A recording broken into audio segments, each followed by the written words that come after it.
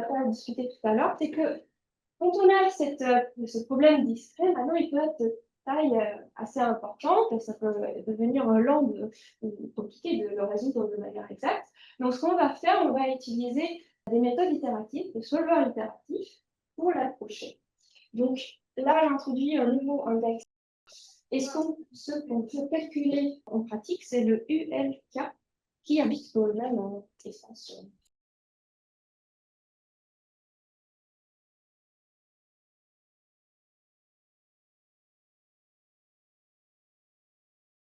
U étoile moins UL étoile dans une norme d'énergie. Et pour le solver, c'est une erreur algébrique UL étoile moins UL étoile. Ce qu'il faut tenir, c'est un compte. Ce qu'on va faire, on va utiliser des estimateurs a posteriori qu'on va appeler eta L pour la discrétisation de l'erreur et zeta LK pour l'erreur que tu solves. Alors, estimateur a posteriori, ça veut juste dire c'est des quantités qu'on peut calculer. Donc, le eta pour la discrétisation est calculable, va nous donner des informations là-dessus. Et le zeta, il est calculable et ça va nous donner des informations pour l'erreur de plus solvant. Et maintenant, le but, c'est comment équilibrer ces formes, ces termes d'erreur pour avoir quelque chose d'ordinaire en termes de calcul. Donc, pour avoir encore en tête une idée, si jamais notre solution U étoile ressemble à ça, on peut commencer par un maillage très grossier. On commence, ici le L il est 0, le K il est 0, je commence par une solution initiale 0 partout, et je itère K1 avec mon solver jusqu'à obtenir quelque chose que je peux calculer dans ce maillage, mais il se trouve que je ne peux pas faire mieux dans ce maillage, donc je vais raffiner, donc là les L il est 1, et je vais ensuite continuer avec mon solver K1, K2, K3, jusqu'à obtenir quelque chose qui s'améliore au fur et à mesure, jusqu'au moment où il est pareil, donc de pour obtenir quelque chose de plus précis. Et on espère qu'en ce faisant, on aura une solution calculable qui va converger vers la solution qu'on cherche. Donc maintenant, qu'est-ce qu'on cherche? On voudrait avoir tout d'abord fiabilité de nos calculs, c'est-à-dire que l'erreur totale mise par ce schéma, eh bien, on voudrait avoir des constants près, une bande supérieure par nos estimateurs a posteriori, qui sont calculables. La fiabilité de nos calculs à chaque itération. Ensuite, on voudrait bien sûr avoir convergence. Si on continue ce processus-là, on voudrait converger vers la solution de l'étoile. Et en plus de ça, on voudrait avoir des taux de convergence optimaux. Alors, on va se focaliser sur ça. Qu'est-ce qu'on entend par optimalité? Donc, si on fait des maillages uniformes, et là, je décris la décroissance de l'estimateur d'erreur en fonction de la dimension de mon espace, en degrés de liberté. Et donc, si je fais, là, c'est des degrés de polynôme et du maillage uniforme, ça ressemble à une convergence, mais c'est un peu lent. Donc, ce qu'on peut faire, maintenant, je considère dans la toute première gestion qui sont adaptatifs. Déjà, pour P1, j'ai un taux de convergence qui est meilleur. Et en plus de ça, quand j'augmente avec P, ces taux, ils sont meilleurs. Donc, il y a un intérêt à utiliser des maillages adaptatifs avec des degrés de polynôme de précision. Donc, ceci, on peut le décrire via ce travail qui est très important dans le domaine, donc, de Bingham et de Debord, qui ont décrit pour ces éléments finis-là, c'est le taux optimal qu'on peut obtenir en termes de degré de liberté. C'est le alpha qui est le degré de polynôme divisé par la dimension de notre plan. Et ceci, on le décrit de cette manière-là, c'est-à-dire on a une expression qui est finie. Alors, ça veut dire quoi? Le estimateur, il doit décroître avec taux moins alpha pour équilibrer donc la croissance en degré de liberté ou alors le nombre d'éléments que j'ai dans mon algèbre. C'est une façon de décrire ce qu'on voit dans l'image, que le taux alpha, il est réalisable en degré de liberté. Alors ça, c'est quelque chose qu'on voudrait bien avoir, mais on veut aller un peu plus loin parce que, eh bien, le nombre de degrés de liberté, il ne nous dit pas combien de temps on passe en train de calculer. Donc, pour ceci, on utilise maintenant la notion de coût de calcul et on voudrait avoir l'optimalité en termes de calcul. Et ceci, maintenant, on va le décrire en utilisant le fait qu'on n'est pas juste en train de raffiner notre maillage, mais aussi en train de raffiner le maillage. Donc, il faut que je commence par un maillage très grossier. Je fais K calcul avec mon solvant là-dedans, et après je raffine et je calcule, donc il faut tenir tous les coups en tête. Donc, c'est plutôt à ça qu'on s'intéresse. Et donc, il y a eu des preuves d'optimalité par Stevenson en 2007 sur ça. Les preuves ont en fait été modernisées par la suite dans le papier de Pascal Pontin et Jacozzi. Et pour un cadre où on utilise vraiment des solvants littératifs avec des hypothèses bien précises, c'est plutôt ce papier de Caroline Herbert-Potter de ce pour le coup. Donc, on voudrait avoir quelque chose de ce style-là. Et là, j'ai dit quelque chose, j'ai dit que si je considère ça, ça revient à des coups de calcul. Alors ça, c'est vrai quand chaque étape de mon algorithme est réalisable en temps linéaire. Donc, il y a cette hypothèse là-dessus, et c'est maintenant ça qu'il faut qu'on vérifie dans le calcul. Donc, comment arriver à cette convergence optimale par rapport au coût de calcul, ce qu'on va appeler complexité optimale? Eh bien, il faut que chaque module de notre algorithme soit réalisable en complexité linéaire. Donc, je vous ai dit, il y a certains modules, il y a des estimateurs qui doivent être calculés, il faut qu'on marque les zones où on va affiner, et ensuite produire un nouveau maillage, et en fait, tout ça, c'est réalisable en complexité linéaire. Là où il faut être c'est un peu délicat, c'est l'étape du solvant. Et c'est ça qu'on va voir maintenant pour la suite. Donc, pour avoir un solveur algébrique optimal, je me ramène à un modèle symétrique linéaire elliptique. J'ai un coefficient de diffusion A. Et j'écris ça, comme on l'a vu depuis, forme variationnelle. Et on se pose dans un cadre de l'axe médian, donc le problème il est pas posé, il y a unicité, existence et unicité de la solution. Donc, pour la discrétisation par des éléments finis, de même, on va considérer qu'on a le maillage de cause de polynômes, et pareil, on décrit donc la solution discrète qui vit dans l'espace d'éléments finis qui résout ce problème-là. Alors, il faut que je dise, ceci, en fait, on peut le décrire, c'est un problème d'algèbre binaire, donc on peut le décrire AX égale B, il n'y a pas de problème, mais typiquement, on l'écrit sous forme variationnelle, ou fonctionnelle plutôt, parce qu'on veut éviter d'avoir une écriture qui peut dépendre de la base choisie des éléments finis. Mais on peut également travailler de notre écriture. Donc, ça, c'est le problème que maintenant, on va résoudre de manière itérative et linéaire. Donc, ce qu'on va faire, on va utiliser ce qu'on appelle une méthode multigrille géométrique qui est pilotée par des estimateurs acoustique. Bon, disons qu'on a une solution ULK qui nous est donnée quelque part, et on veut calculer une nouvelle approximation ULK plus 1, une nouvelle itération. Ce qu'on va faire, on va utiliser le fait que, à partir de mon algorithme adaptatif, j'ai une hiérarchie de maillage qui existe déjà quelque part, et on va l'utiliser pour définir un dossier, si vous avez travaillé avec un multigrille. Ici, il s'agit d'avoir 0 pas de prémissage, un seul pas de postissage, et plus en pratique, ça veut dire quoi? Ça veut dire que je vais, à partir du maillage le plus grossier jusqu'au plus fin, corriger mon erreur en définissant ces quantités-là qui vont être faites. Comment je vais faire ça? Dans le niveau le plus grossier, je vais résoudre un problème qui est global, mais P1. Et vu que mon maillage est grossier, je peux le faire de manière X. Ça, c'est très précieux. Ensuite, dans les maillages intermédiaires, je vais utiliser du postissage. Je vais résoudre des problèmes par patch dans les zones où il y a eu du raffinement. Et ce sera aussi en P1, donc pas cher. Et ceci est vraiment la clé pour obtenir quelque chose, une méthode qui est robuste par rapport au niveau. Et en plus, donc, par rapport au petit âge, donc à la taille locale du maillage. En fait, ça revient à avoir des méthodes de Jacobi, en fait. Et c'est une idée qui vient de ce paquet-là de Chan et Chakochu, où il utilise des préconditionnements vraiment relatifs au raffinement du. Maintenant, il faut se rappeler que notre problème, il est en degré élevé de P. Donc, maintenant, ce qu'on va faire dans le niveau le plus fin, c'est des résolutions par tâche qui sont de degré élevé, mais quand même local.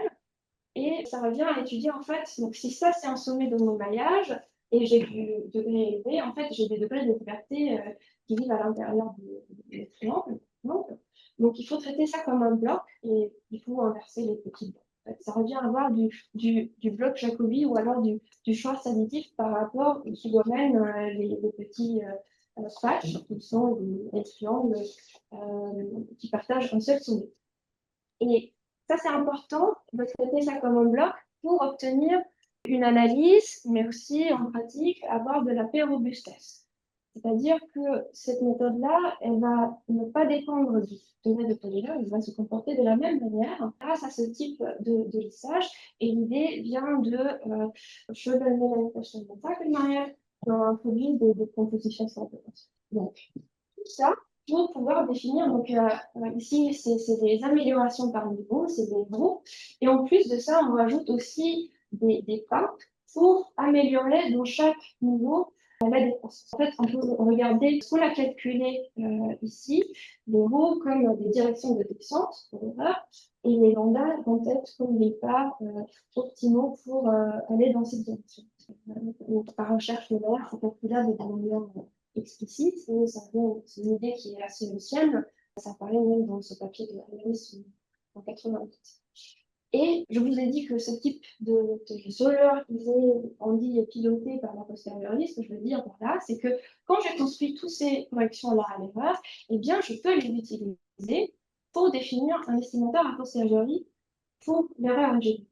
C'est-à-dire les mêmes sujets qui vont me donner une meilleure amélioration, la nouvelle itération de mon solar.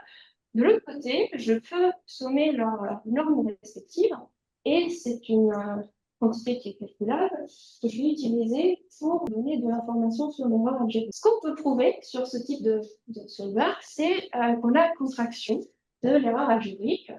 C'est-à-dire, là, j'ai l'erreur algébrique au nouveau pas. Je viens de calculer par mon récit. Et il est bien contracté, donc plus petit que QI, avec QI strictement plus petit que 1, par rapport à l'erreur où j'étais dans l'étape actuelle, donc QI moins UF. Et c'est important de voir que QI, il peut dépendre de la dimension de nos problèmes, du coefficient de diffusion, mais en particulier, et aussi du maillage initial, mais en particulier, il est indépendant de H et de c'est ce qu'on appelle H et P+. De même, on a un théorème pour l'estimateur d'erreur algébrique. D'un côté, c'est une borne inférieure à l'erreur, il n'y a pas de constante ici. Et de l'autre côté, à une constante près, c'est une borne supérieure. Donc l'erreur, il est borné des deux côtés par cet estimateur qui est calculable. Et pareil, cette constante, elle est indépendante de H. En fait, on voit bien qu'il y a un lien très fort avec le solver et l'estimateur, tout simplement parce qu'ils sont construits à partir du même principe. Et en effet, montrer qu'on a contraction de solver ou montrer qu'on a fiabilité de l'estimateur, c'est équivalent. Il suffit de trouver une ou on a l'autre.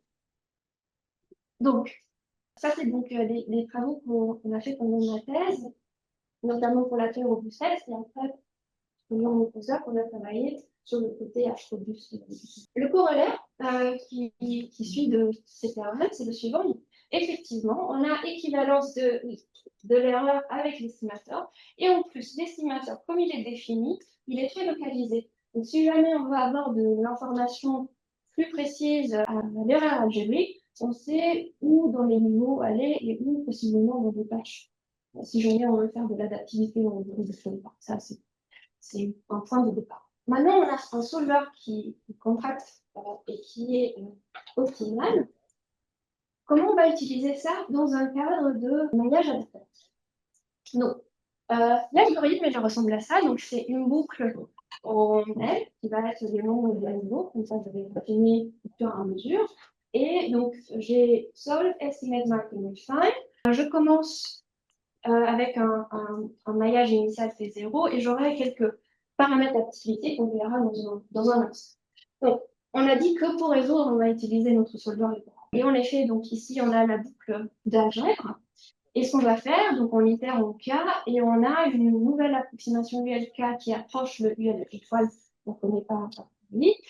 On va calculer nos estimateurs pour l'algèbre et pour la discrétisation, et on va continuer cette boucle en algèbre tant qu'on va équilibrer ici les sources d'erreur, algèbre et discrétisation. Et pour ceci, je vais utiliser les estimateurs a posteriori qui sont calculables. Tant que l'algèbre domine, je vais continuer à faire des itérations d'algèbre. Et puis, je vais m'arrêter quand mon estimateur d'algèbre il est plus petit qu'un facteur lambda al fois l'estimateur de discrétisation. C'est-à-dire qu'on ne sait plus donner. Il est temps de s'arrêter avec l'algèbre, il faudra raffiner le maillage. Pour raffiner le maillage, ce qu'on fait, il faut qu'on sélectionne les endroits où il y a plus d'erreurs. En fait. Et ce qu'on fait, on va sélectionner un sous-ensemble ML dans notre maillage de taille la plus petite possible qui satisfait cette condition-là. C'est-à-dire, je vais sélectionner les éléments où l'estimateur de discrétisation est plus important, on domine une portion θ face à tout ce que j'estime partout. Donc, je vais essayer d'aller chercher les éléments où il y a plus de contribution d'erreurs de discrétisation. Et par la suite, je vais utiliser, parfois ça c'est appelé avec le vecteur de Doppler. Et par la suite, je vais donc raffiner ces éléments et peut-être un peu plus pour garder la conformité par le maquillage. Ceci, par exemple, se fait par un algorithme de noise project exception, mais qui me donne un nouveau maillage. Et après, ce que je vais faire, c'est dans ce nouveau maillage, je ne vais pas commencer par une solution initiale arbitraire, je vais utiliser ce que je viens de calculer. Et c'est ce que j'appelle itération inverse. Comme ça, il n'y a pas d'information qui se perd, mais j'essaye d'améliorer au fur et à mesure. Donc, ce qu'on obtient à la fin, c'est des approximations et les estimateurs correspondants. Maintenant, on a dit que ce qu'on cherchait tout d'abord, c'est au moins d'avoir fiabilité de nos calculs. Eh bien, ici, on a l'erreur totale. Et ici, c'est juste une inégalité triangulaire. Donc, je décompose ça en discrétisation et en algèbre. Et en plus, j'utilise le fait que j'ai des propriétés sur mes estimateurs. L'estimateur d'algèbre, le état, il sera fiable. Donc, ce terme-là, il est contrôlé par l'estimateur. Mais attention, ici, j'ai quand même un UL étoile, donc ce n'est pas encore calculable. Et j'ai le terme de l'erreur algébrique. Cette quantité-là, je vais l'utiliser par la suite. Je l'appelle quasi-erreur. Et typiquement, c'est en termes de cette quasi-erreur-là qu'on écrit tous les résultats de convergence, simplement parce que la théorie ou l'analyse, elle est plus simple en considérant cette erreur. Mais on voit bien que si celui-là, il converge, l'erreur converge. Donc, ce qu'on utilise par la suite, c'est qu'en plus de la fiabilité, les estimateurs eta-L a aussi des propriétés de stabilité. C'est-à-dire que maintenant, je peux remplacer le UL étoile par ULK et le prix que je paye, c'est encore l'erreur d'algèbre. Mais c'est pas grave, parce que l'erreur d'algèbre, je peux le calculer par mon estimateur fiable d'algèbre. Donc, ce que j'obtiens à la fin, c'est effectivement une borne supérieure qui est tout à fait calculable. Donc, j'ai fiabilité de mes calculs pour chaque L et chaque K. Donc, vu qu'on a ce double indice, je définis ici maintenant un index, un ensemble des indices Q, et c'est tout simplement, en fait, il faut ordonner ce qu'on est en train de calculer de manière lexico. C'est juste pour avoir une définition qui me donnera maintenant plus de facilité à exprimer le théorème suivant, c'est-à-dire qu'on a convergence linéaire de cette quasi-erreur-là. Alors, qu'est-ce qu'on a?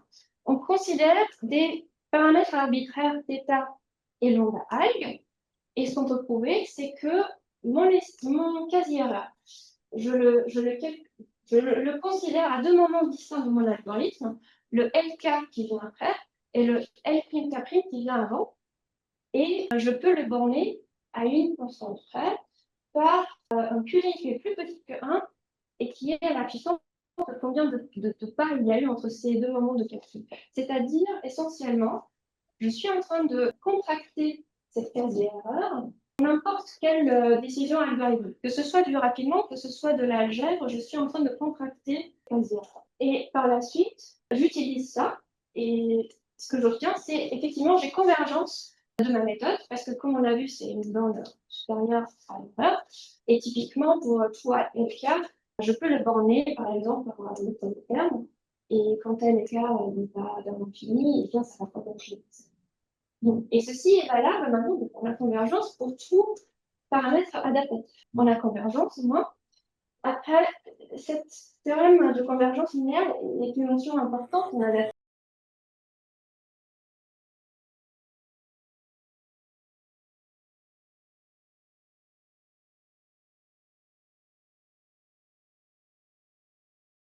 Premières images qu'on a vues, ces deux plots, effectivement, on regardait les mêmes taux, et c'est pas une coïncidence, la raison est suivante. Donc, si on considère un taux alpha qui est réalisable en degrés de liberté, encore une fois, on peut l'écrire sous cette forme-là, donc l'expression elle est finie quand cette quasi-erreur doit décroître avec le taux moins alpha pour équilibrer la croissance. De l'autre côté, on considère donc le taux alpha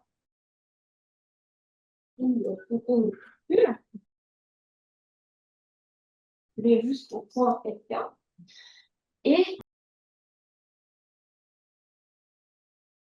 alors, la première inégalité, elle est claire parce que ici, je suis juste en train de considérer plus de termes, c'est pas ce qui est surprenant. Ce qui est un peu plus surprenant, c'est cette haute inégalité-là. Mais en fait, c'est tout à fait simple à voir. Donc, c'est en deux lignes. Donc, on va regarder ensemble. Je suis juste en train de réécrire ici les taux. J'imprime et je réécris ceci. Ensuite, ce que je fais, je somme parce que j'aboutis là. Et je vois bien que maintenant j'ai une somme de mes casiers. Mais maintenant je sais que j'ai une convergence linéaire. Et en utilisant ceci, eh bien, j'obtiens une casière qui était là avant et ça se transforme dans une somme géométrique qui est, elle est bien, bel et bien contrôlée. Donc effectivement, les deux notions sont équivalentes quand on a convergence linéaire. Parce qu'en fait, on a vu, elle était valable pour n'importe quel paramètre adapté. Donc, maintenant, on va aller vers l'optimalité. Et qu'est-ce qu'on dit, qu'est-ce qu'on appelle l'optimalité?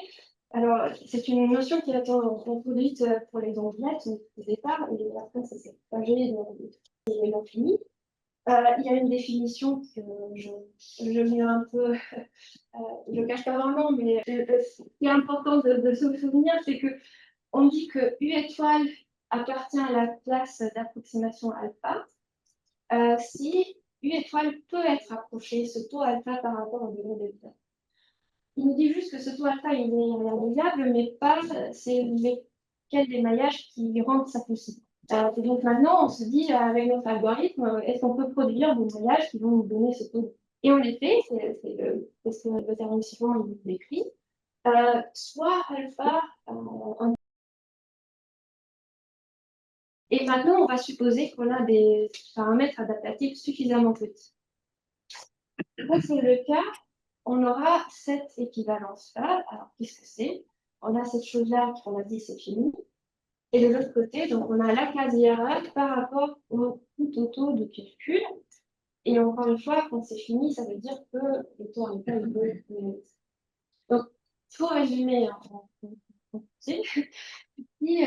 si U étoile peut être approché avec un taux alpha en degré de liberté, alors l'algorithme, donc l'émaillage qu'on a construit, avec le solver impératif, on va approcher U étoile avec le taux alpha par rapport au taux de calcul.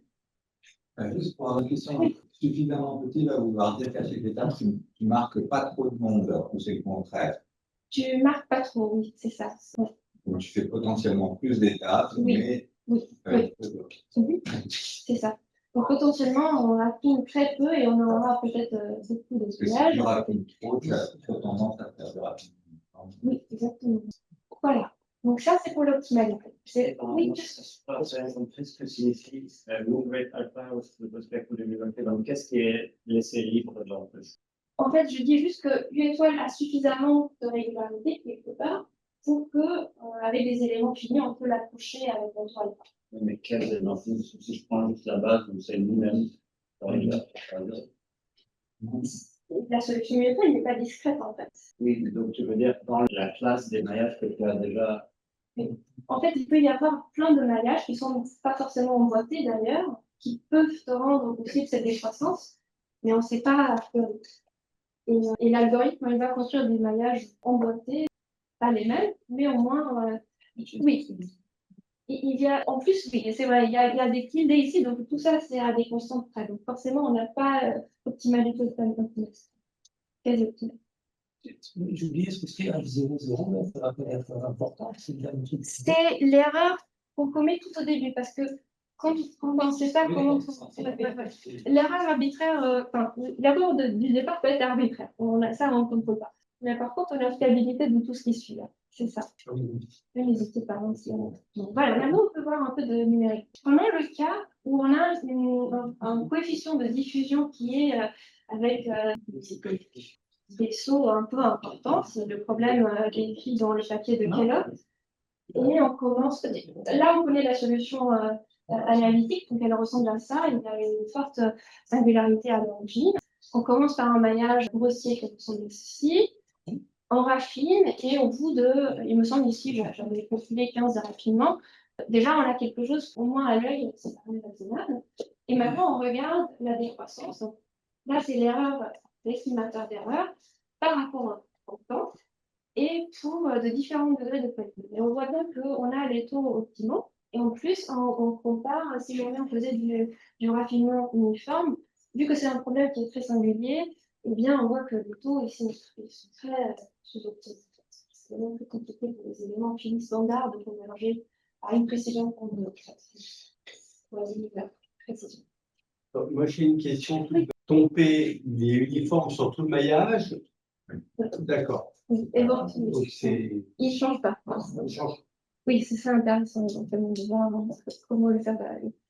Pour l'instant, on le laisse le même pas. Pour le solver, donc là, on a le temps par rapport au coût. Et effectivement, on voit que c'est une complexité linéaire parce qu'il y a bel et bien cette contrainte, on s'attend pour de différents degrés de polynôme.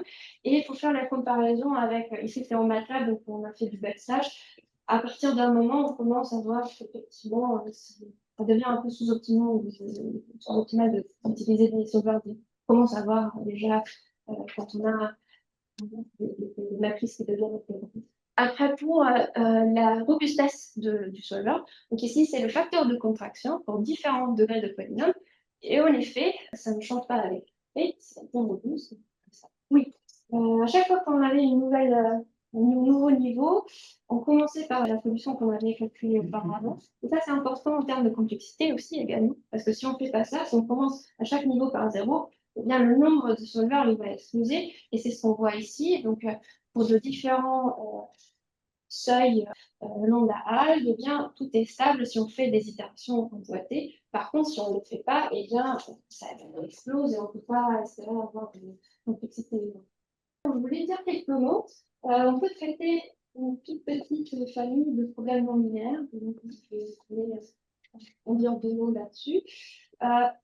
Je considère pour l'instant l'approche suivante. Donc, on a vu tout à l'heure, même avant, qu'on discrétisait, mais maintenant, mon problème de discret, il est non linéaire. Donc, il faut que je fasse quelque chose. Et on va suivre donc l'approche de ce papier-là de Conway-Weaver qui consiste à pareil, utiliser des solvers itératifs, mais pour linéariser les problèmes. Et ce qu'on va faire, donc, on a une nouvelle boucle qui surgit. Hein. Donc, c'est celle-là que j'appelle K maintenant, ça va changer. Mon solver, ça va être une J. Donc, en linéarisant, c'est une méthode de point fixe, par exemple, en Picard, je vais avoir un système symétrique positif défini qui est maintenant affecté de manière itérative avec mon multi. Donc maintenant, j'ai trois boucles à considérer et afin que je puisse enfin calculer le U et le J, KJ. C'est-à-dire, il faut que j'arrête chacun des boucles et des groupements adaptatifs. Il faut que je considère donc le raffinement en L, la linéarisation en K et l'algèbre en J. Et ce que je demande, c'est que chacun de ces solvers-là soit contractant. Hypothèse-là, je travaille, utiliser en fait toute le travail qui a été fait dans le cadre du. Donc, quel type de problème de diffusion? C'est le coefficient mu qui est non linéaire, mais pas beaucoup linéaire parce qu'il a cette condition de croissance qui est affine en fait.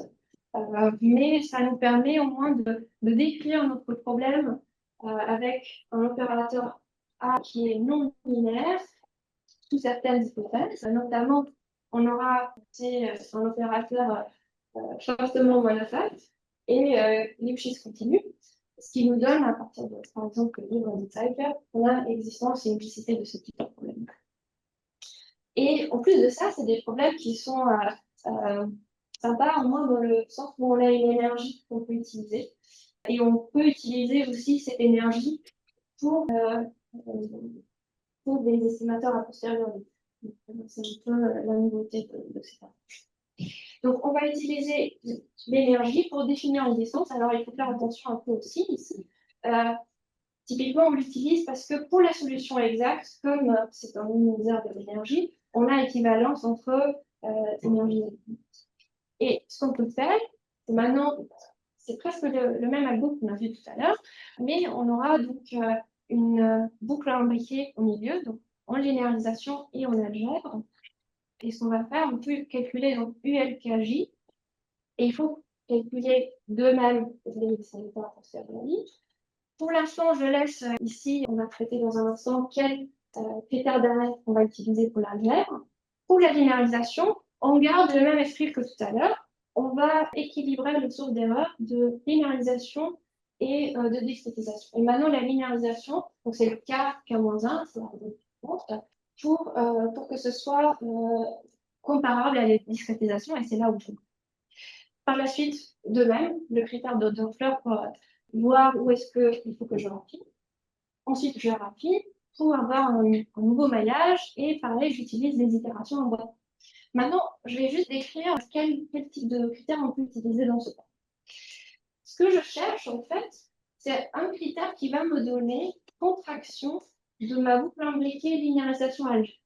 Et après, toute l'analyse que j'ai fait auparavant, elle peut se rééquilibrer, en fait. C'est-à-dire que une façon de faire ça, c'est par le papier ici de Harvard Pretorius Human Favorabic en 2021. Donc, on fait la même idée que tout à l'heure. On va équilibrer les sources d'erreur. C'est-à-dire que maintenant, il faut que je compare l'estimation de l'algèbre par rapport et à la discrétisation et à la linéarisation, vu que c'est la boucle qui est centrale, et ensuite il y a la linéarisation, et ensuite il y a la discrétisation.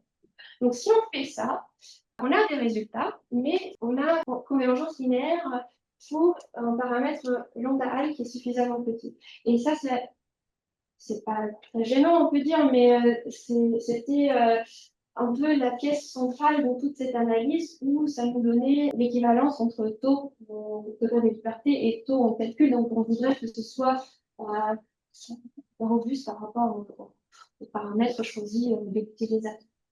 Donc, ce qu'on a fait par la suite, on a utilisé une propriété de l'énergie de ces problèmes-là, spécifiques à ces problèmes-là, parfois appelée coercivité de l'énergie ou quelque chose comme ça, mais ceci est valable, cette propriété-là, elle est valable seulement si j'ai accès à la solution linéarisée exacte, ce qui n'est pas mon cas. Dès qu'il y a un étoile, en fait, je ne peux pas calculer. C'est ça un peu le problème. Donc, ce que je vais faire, je vais garder la linéarisation, l'arrêt de la linéarisation pareil que ici, mais par contre, je vais forcer de manière algorithmique à obtenir quelque chose comme ça, mais pour les solutions que je peux calculer. Et ça, je peux le faire, bon, je cache un peu des détails, mais je peux le faire sans paramètres. Et c'est ici, en fait, que maintenant, ça y est, il n'y a plus de problème, parce que je peux obtenir convergence linéaire pour n'importe quel paramètre, et par la suite aussi avoir l'équivalence entre le taux en degré de liberté et en plus calcul. Voilà, donc quelques petits tests sur ces problèmes-là. Donc effectivement, on voit ici en degré de liberté et en temps, on voit les taux optimaux. Il faut que je dise quelque chose, c'est que pour l'instant, même pour ces problèmes-là, on n'a pas l'analyse pour les P plus grands strictement que 1. Il s'agit ici des propriétés de l'estimateur qui sont pour l'instant marche que pour un P1. Mais numériquement, on teste juste pour voir qu'il y a rien qui se passe mal et qu'on a des sortes que l'on se traiter ça de manière analytique. Et une toute dernière chose, c'est que le cadre qu'on a vu ici, donc discrétisation, linéarisation, algèbre, on peut l'adapter à des problèmes qui sont linéaires, mais non symétriques. C'est-à-dire que la boucle intérieure, vu que c'était du point fixe, en fait, au lieu de linéariser, elle va en quelque sorte symétriser, mais toute l'analyse passe de la même manière. Et donc, pour ces problèmes-là, également, on peut avoir donc, des taux optimaux par rapport au coût de calcul. Donc, juste pour terminer, un petit résumé de ce qu'on a vu. Donc, je pense que c'est important de considérer le fait que les méthodes adaptatives doivent aussi se poser la question non seulement au degré de liberté, mais également en temps de calcul. Pour ceci, c'est important d'avoir la complexité linéaire du solver itératif et contraction de manière robuste. On va utiliser donc des itérations imbriquées et des critères d'arrêt adaptatifs pour que cela marche. On a fiabilité à chaque calcul de notre algorithme via les estimateurs a posteriori. On a montré qu'on a convergence linéaire, ce qui nous donne contraction n'importe quel pas algorithmique on fait. Et ceci est valable pour tout paramètre adaptatif, ce qui nous donne aussi l'équivalence entre taux et complexité. Après, complexité optimale, elle est assurée quand on a des paramètres suffisamment petits. Donc, l'algorithme, il réalise tout taux qui est possible par le problème. Et on peut traiter aussi certains problèmes non symétriques et certains problèmes non linéaires. Donc, avec ceci, maintenant, je vous donne une liste de papiers qui sont liés à cette présentation et je vous remercie. Le problème à fort contraste, à un moment, est-ce Oui. que le alpha va dépendre du contraste dans cette histoire, le alpha optimal? Oui, sans doute. Oui. Et donc, tu dis que tu le retrouves à chaque fois. Enfin, ta méthode, elle va donner le alpha optimal, quel que soit le degré de contraste. Oui. Mais tout de même. Mais alpha dépend quand même du contraste. Oui, d'accord. Et donc, on va voir alpha n puissance moins alpha. Est-ce que la constante qu'on va trouver sera optimale elle-même ou est-ce que ça va se dégrader quand le contraste devient trop méchant? Je crois que ça se dégrade aussi parce que toutes les normes dépendent de la diffusion. Et donc, vu qu'en fait, l'analyse derrière, c'est essentiellement du poisson avec des équivalences avec la norme. Normalement, ça Question. D'abord, j'ai une question super naïve et complètement idiote. Au début, tu utilises U étoile pour notation. Ça vient d'où ce étoile? Qu'est-ce que ça indique? Le étoile indique quelque chose, mais qu'est-ce que vous voulez indiquer? c'est juste pour dire. Juste U, quoi. Oui, parce qu'on ne peut pas le calculer et vu qu'on a tellement d'indices par la suite, c'était juste un choix à un moment. Non, mais je sens que vous avez beaucoup d'indices. Voulez-vous enlever un indice qui sert à rien? Je me suis dit que ça voulait dire quelque chose. Non. Non, d'accord, ok. Non, mais c'est d'accord. C'est idiot, d'accord. Très bien. Et alors, je reviens sur mon transparent 11, là. Ça a été 30. Ah, c'est différent. Oui, si. Voilà, très bien, ouais, regarde. Donc, tu as U étoile 1 alpha, plus petit que quelque chose, plus petit que le max de l'étoile alpha et de L00. Alors, moi, je me disais, mais du coup, il y a un code bizarre, là, je n'ai pas bien compris. Et si le H00 est petit, donc le max est égal au machin, alors moi, à droite, il a la plutôt égalité. Oh, attends, qu'est-ce qu'il a? Non, c'est vrai. C'est vrai. Je n'ai pas les. Non. Je dis jamais ça. Par tous les esprits. Là où on cache. Et sinon, aussi pour le lap. Ah, Ok, donc celui-là, il y a toute une théorie. Si on change de Laplacien en linéaire, on fait au moins 10.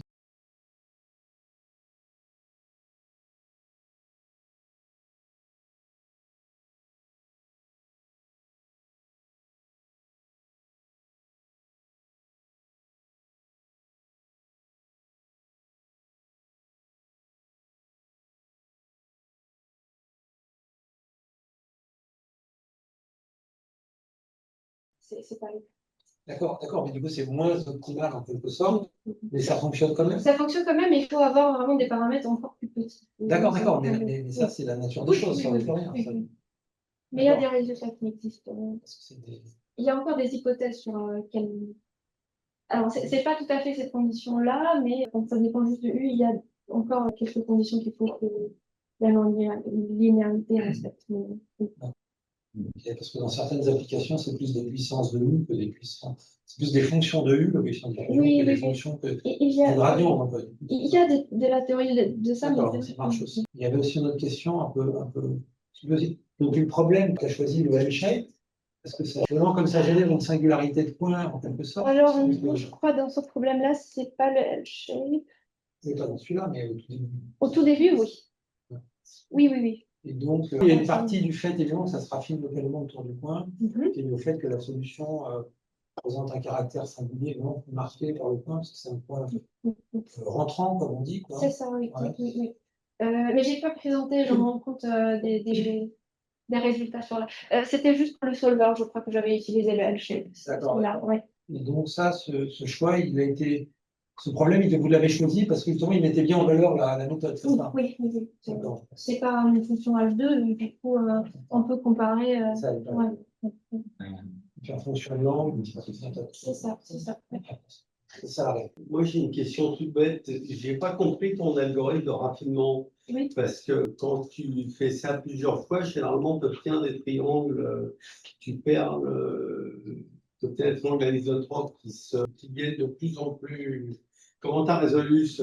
Alors, j'ai pas discuté de ça, mais c'est caché dans le module de raffinement. Avec nous, vertex bisection, c'est gardé en fait. Oui, oui, oui. C'est ça. Oui, Et, ok. Ça, c'est. Et puis, j'ai une autre question. Tu as essayé de faire des cas où ta solution était anisotrope Non, on n'a pas essayé. et voir est-ce que tu arrives Mhm. à récupérer de l'anisotropie avec ce genre de. Ça m'étonnerait. Non, je crois pas. Non, ça, c'est plus compliqué. C'est ça. Et nous, vertex en 3D, ça marche aussi. Bon, il faut mettre Il y a la des puce, généralisations par facteur et un autre co-auteur. C'est plus Vaut mieux compliqué, en mettre ça. mais il me semble que ça marche. Oui, Donc, oui. dans la dissection, il ne faut pas marquer les triangles, il faut marquer les arêtes, en fait. En fait, oui, chaque une arête de référence qui est en cas de main. Oui. Oui, c'est vrai, c'est vrai. Donc, si jamais, il peut y avoir des cas où, en marquant juste un triangle, le raffinement se prend parce qu'il faut garder donc, la conformité du maillage. Mais c'est aussi géré par la théorie. Donc, oui. Merci, Amour. C'est à un moment, tu as écrit un théorème qui disait qu'il y avait un cycle qui était fini. Oui. Est-ce qu'on se suit en termes du second nombre, sur le second nombre, est-ce que c'est explicite ou est-ce qu'il y a un argument sur capacité? Là, j'en sais pas assez, je l'avoue. Donc, je sais que ça dépend donc, de la régularité de la solution de l'étoile. Oui, en fonction de certaines fonctions, l'espace des offres. Est-ce que c'est explicite en second nombre? Je ne sais pas. Tu as des résultats qui te disent que si tu es dans certains moments, oui, tu peux quantifier, je pense, un peu plus précisément la fonction de. Oui, c'est vrai qu'il y a des coûts pour la faire variabilité dans la régularité. Oui. C'est vrai, il y a des gens qui travaillent sur des estimateurs pour la régularité, justement pour essayer d'avoir des polynômes plus élevés, là où cet estimateur. Ce que c'était, donc l'estimateur a posteriori, donc pour la patiente, on peut pas analyser la classe générale des problèmes. Des estimateurs a posteriori. Par exemple, le problème vectoriel. Donc, dans ce cadre-là, on a besoin de ce qui est appelé les axiomes d'adaptivité. Et donc, dans ce papier-là, je crois, tant que c'est un problème insubstable, je peux toujours avoir quelque chose. En fait, c'est des estimateurs de résidus. Donc, typiquement, tu as des termes dans chaque élément, qui est le second membre moins la solution calculée en face. Et, éventuellement avec des sauts, parce qu'il n'y a pas de conformité. Mais normalement, voilà, tout ce qui est insubstable, il y a des estimateurs qui. J'ai une question sur la méthode multigris. Est-ce qu'on peut l'interpréter, le line search, là, est-ce qu'on peut l'interpréter comme une méthode de Jacobi surrelaxée? Et puis, est-ce que c'est encore un lisseur? Bonne question. Et, en fait, on utilise le fait que ce palais, il peut être différent à chaque niveau. C'est ça qui est peut-être un peu différent.